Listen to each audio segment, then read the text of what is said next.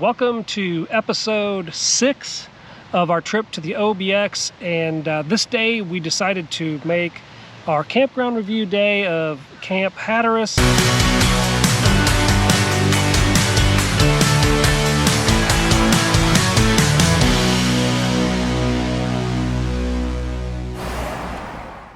Camp Hatteras seemed to be the most well-liked campground on the OBX, so that definitely was one of the reasons that we went that direction. Yeah, and I would say in second place, when we were looking, we heard a lot of things about the KOA that was down there, and it literally is, I don't know, you could almost throw a rock, I think, and hit it. Yeah, they're super close. They both actually look nice, so yeah, they do. I don't know, you could probably go wrong with either one, but we chose Camp Hatteras. Yeah, and I think the thing, you know, we didn't stay on this side, but they have a sound side and an ocean side. I don't think KOA offered that. I think they were just all ocean side. Anyway, but we heard more, more good reviews, about Camp Hatteras. So that's why we chose there. On top of that, we went out on the interwebs, as they say, and then just read reviews on what people had to say about it. That kind of solidified that for us, and then we had to pick and choose. Okay, so do you want to be on the ocean side or the sound side? We're ocean people. We really like the ocean, so of course we were just thinking, oh, we get to hear the waves, rolling at night. We can put the windows open, and hear the waves. And what would you think, pros and cons to be on the ocean side? Because that is what we picked, the ocean side. We were a row back. Yeah, well, originally when we very first made our reservation, we were actually the first row next to the ocean, but we ended up adding a few days to our trip, so that moved us back one row. And I actually would have preferred to stay closer to the ocean. I mean, it worked out great. It was fine the other way as well. The downside, what they told us is if there is a lot of wind, you do end up getting sand blown into your campsite, which we didn't experience that. And whether the people in the first row next to the ocean did or not, that was the one thing that they said was the downside to being so close to the ocean. But it's also, there's a big dune barrier there between you and the ocean, so it's not like you're looking straight out at the water. You have to walk over and up some stairs and over to the ocean. So even though you're right next to it, you can definitely hear it. You can't really see it from your site. Yeah, for sure. So we picked, the ocean side, and our experience, starting from the gate, when we pulled in, of course, you never know, sometimes you have a person there, security guy that greets you, and we had that. That was pretty standard. What we didn't have beyond that is we didn't have like a leader in a golf cart leading us back to our site. They did, what some other campgrounds do. They have a map, and they circle, you're here, and you go around here, and you're back, in here with the name of the road, and that's kind of how that went down. And it was quick. I mean, we got there like within under 5 minutes. Oh yeah, that then they sat and gave us some directions and information as well when they gave us the map too. So super friendly, super easy process of checking in. Yep, and they were super nice too at the same time.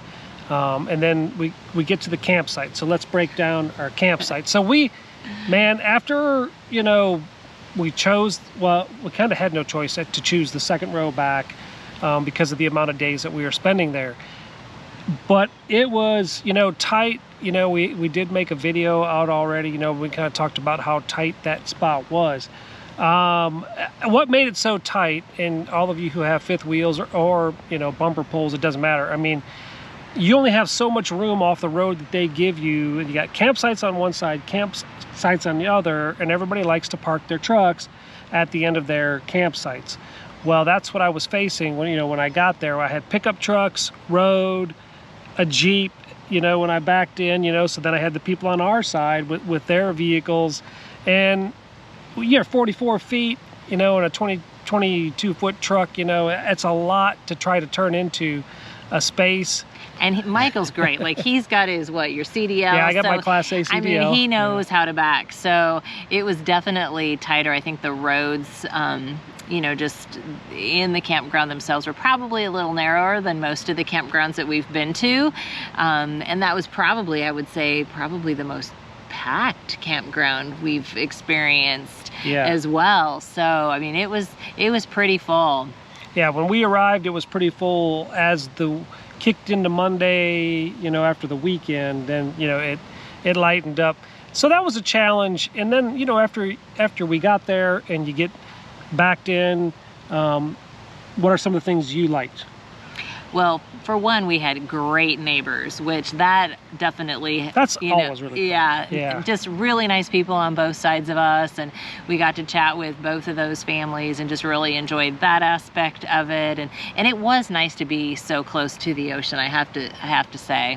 Yeah, there was a lot of nights that we'd leave and walk over the berm and go walk on the beach at night, and we had a blood moon, I think, that happened while we were out there, and that was just beautiful. It almost reminded like a sunset, but it was the moon. The thing that I liked about the site is it was a cement pad. That was nice. I mean, I backed up as far as I could go to the edge of the pad with the rear wheels of the fifth wheel so that we could park the truck in front of the fifth wheel, and that worked out good. So I like the length of the pad that we had there. And we would have, we didn't have our golf cart with us, but there would have been plenty of space to pull the ramp down in our spot. In our spot. To pull the golf cart out, which was nice. But we didn't have somebody right behind us either the first few days, which that was nice as well. Yeah, and then some other things. We like the water pressure. Sometimes you go to campgrounds and the water pressure is not that great. The water pressure, sometimes it's the little things in life, I know. The Wi-Fi, not so great.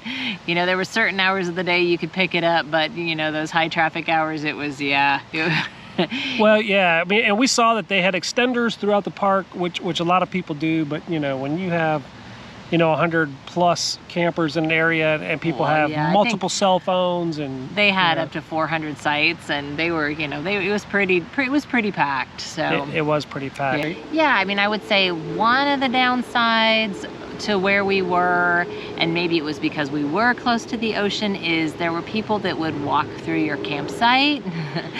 So that, there was a lot of that there was a lot of that went on. So I don't know, campground courtesy, people were probably just lazy and didn't want to take the road around. And then we were actually really close to the shower house as well, the public restrooms, and so it was either people going there or going to the beach. So that's the other thing. What did you think of the public restrooms there? Yeah, they were totally, the campground is fairly old, so they're older, they're made of cinder blocks, it's all cement, but very clean. And one of our neighbors told us they were there with their college kids, and their kids said, hey, they're cleaner than the college dorms. So, and they were, they smelled great when you went in. They were definitely, older, but kept up very well. Yeah, and Chris talked about golf carts, so ours wasn't done yet, so unfortunately we weren't able to bring it with us, but boy, we felt like the odd man out because everybody had golf carts there, and you can also rent them as well. One of our neighbors did on the other side, they rented one. So that made it, and because they had the sound side and the ocean side, the people that did have golf carts, it was really great because you could cross the highway and go over to the sound side, which had spectacular sunsets, which we definitely did experience some of those. And if we had to do it all over again, we decided that we would probably actually stay on the sound side. Yep. Yeah, after being there, for 7 days, we were like, if we ever were to come back here again, the sound side would be better. For one, it's quieter, it's not as windy. There were a lot of times we sat out on our patio and it was just, the wind was just blowing. So the sound side wasn't as windy. The sunsets were amazing, and they have beautiful spots that actually, they're back ends, but they're all right along the shoreline there. So you could just park and sit and watch the sunset. Man, yeah, so that's where we'd probably stay next time if we were to go there on the sound side. Okay, so let's talk about the store and office area. The store, minimal stuff, just like little incidentals, if you need some aspirin for a headache or Band-Aids or just, chips little and things. soda. Just very minimal, but definitely they had a store there for just convenient things. It was like small but power packed. Yeah. I mean, I felt like they got every inch. They did. I mean, it was that jam packed full of stuff, and the people in the office there were super nice. Super nice. Yeah, we got to chat with some of them. So. Yeah, I mean, and they were So they even have print out, like if you go to them and say, hey, we're looking to do this, they've got brochures and pamphlets, to pull out. So they'll help you with anything. So that was super nice. They also have like a conference area that somebody could probably rent some rooms if you're having a family reunion or that kind of a thing. And Chris spent a lot of money playing Pac-Man in the game room. Yeah. No. No. But there were definitely kids that were in there. So there was a big game room. They have an indoor pool and an outdoor pool, Yes. which is great. So, depending on what the weather's like, and if you really, especially for kids, if, it's a lot less messy swimming in a pool than in the ocean. You're not dragging as much sand back to the RV, but yeah, the pool definitely wasn't nearly as used as those out on the beach, but it was there if you wanted it. It is definitely a kid-friendly and pet-friendly place. So if you have a dog, they had a little dog park, fenced-in area, and then they had a really cool playground area. Yes, and they even had a putt-putt golf, which they were in the process of regrassing or recarpeting that as well. So yeah, and that was really, it was just a really cool little area. The kids would have a blast, and there's a little pond that sits off there too at the same time. So that was great, and we, with the pool area, the indoor pool. It was okay. It was okay, and it was a little dirty. I don't know if it was just that day and it hadn't been cleaned yet or not, but the fact that they have it is nice, So if it was a colder night or whatever, you could. I mean, it's your definite beach campground. Yeah, that's for sure. And Camp Hatteras has been around for a while, so it's been there. It's weathered the storms for sure. Yeah, and then let's see what else. So they had a couple tiny homes, I guess you'd call it. They were pretty homemade. I mean, I wouldn't say. Yeah, they were nothing glamorous. They weren't like the tiny houses that you see, the newer tiny houses. But I know that our neighbors, actually, their parents were staying in them because they didn't have an RV. So it worked out great. So they could come and be on the vacation with them, but were able to stay in the little cabin. Oh, and they also allow you to have tents on your site as well. So one of our neighbors, their kids actually slept outside in a tent alongside their RV. So yeah, and a lot of parks don't let you do that. Yeah. Don't let you have a tent. Okay, so what do you think about location? Because we were running all up and down the Outer Banks. What did you think of that? So you're definitely a little more isolated at Camp Hatteras. We were probably 30 minutes to an hour to some of the other beaches. So you were definitely driving in one direction or another to get to some of the other beach areas. But it's so beautiful because you're literally out. I mean, you've got ocean and sound on both, on either side of you. So the road, driving is pretty incredible. And traffic isn't too bad. I think maybe Nags Head had the most stuff going on and the most traffic lights. And then when we went into Duck, which is really a cute little town too, there was definitely some traffic in there, but for the most part, traffic was not too bad at all. Yeah, I would say it was kind of a good place. I mean, if you want the stores because you're going to shop and you're going to go to the outlets and then you want to stay up more towards Nags Head, but where we were, it was that good in between. We were close to some of the lighthouses. We weren't there with the rush, go shopping kind of, traffic, even though we went up that way a lot to go to a lot of the places up that way. So I'd say, it was decently located on the peninsula where it was.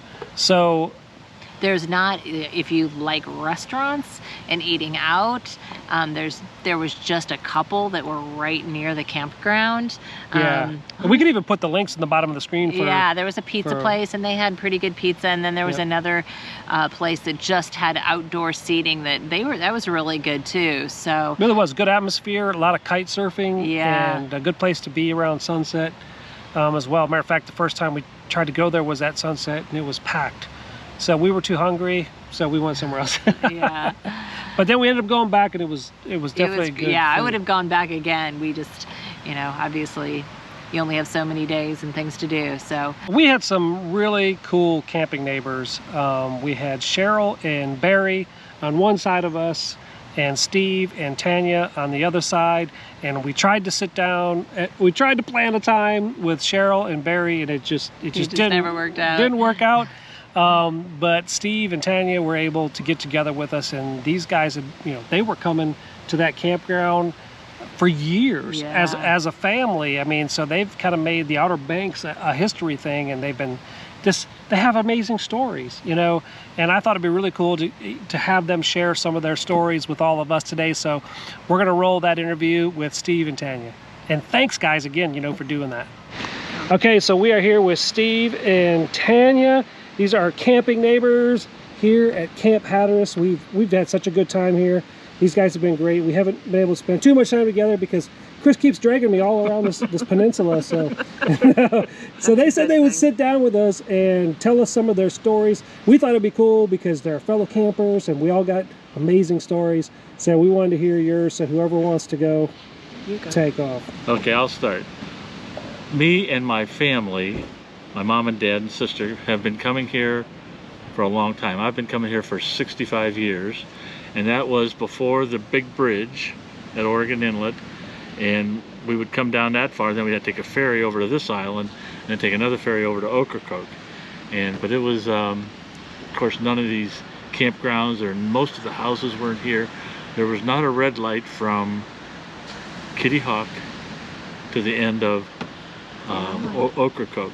It was just a straight shot. So that was, we'd come here a long time. And then after we got married, in fact, before we were married,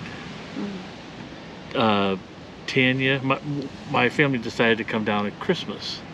So that'd be nice. A little nippy sometimes, but so I asked Tanya if she would come down and stay with them. We stayed at the Falcon Hotel in beautiful downtown Buxton. And so I went up, my family and I came down, and we were here a few days, and then fishing, and then Tanya flew into Norfolk, so I drove up, picked her up, brought her back, and we stayed in a nice cozy little motel room with my mom and dad and sister. And that was the first time Tanya ever fished, and we took her out to what they call the point, and cold, windy, miserable, but Tanya's being a good sport, so she's out there, she's fishing, and she catches into one, a big one. It was the world's record, or the women's record for a bluefish for that year. Wow. Yeah. And you got it. And I got it. And and I got it. And I didn't want to bring it in. Yeah, it was very heavy. She's struggling bringing it in, cranking. Then she asked my dad to wind it in for her. He said, he wouldn't do it. No, little lady, you're going to do that. Yeah. So she got it in, and we took and got it weighed, and it was a big blue. Yeah. So that was a fishing experience. Then we got married, and we had kids. We had 4 boys, and we've been coming down here with them, and it's been a good time. That's awesome. Okay, so All right. I don't know who wants to tell the latest fishing story. About him losing his pants? Yeah. This may go viral, Steve. Yeah, yeah, I know. We Yeah. were fishing. Where were we fishing? We were fishing off of Ramp 30. Ramp 30. And that was our first time out fishing. This year. So we get all the stuff ready, and first cast wasn't the best cast of my life, so I wound it in. Second cast was epic. Perfect. So I'm fishing, I hook onto this big fish, and Tanya's laughing as I'm trying to wind this fish in, and my pants kind of fell down a little bit. To your knees. To my knees. And I'm walking this fish down the beach trying to get it in. Save the fish. So it was either my pants or the fish. So I kicked the pants off.